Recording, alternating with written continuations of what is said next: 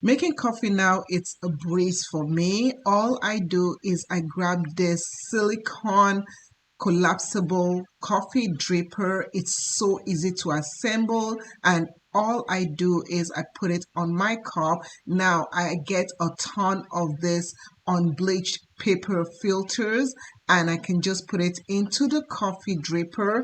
I love the fact that this is safe for me to use to make my coffee. It doesn't contain any BPA or any chemicals or whatnot. And I get 2 pieces of this red silicone coffee drippers and 80 pieces of paper filter. And I absolutely love that I can make my coffee pretty much anywhere. So after I put my coffee in there and I put the hot water, all I have to do is just wait for a few minutes, even less than a minute, and my coffee is made. I'm ready to drink it.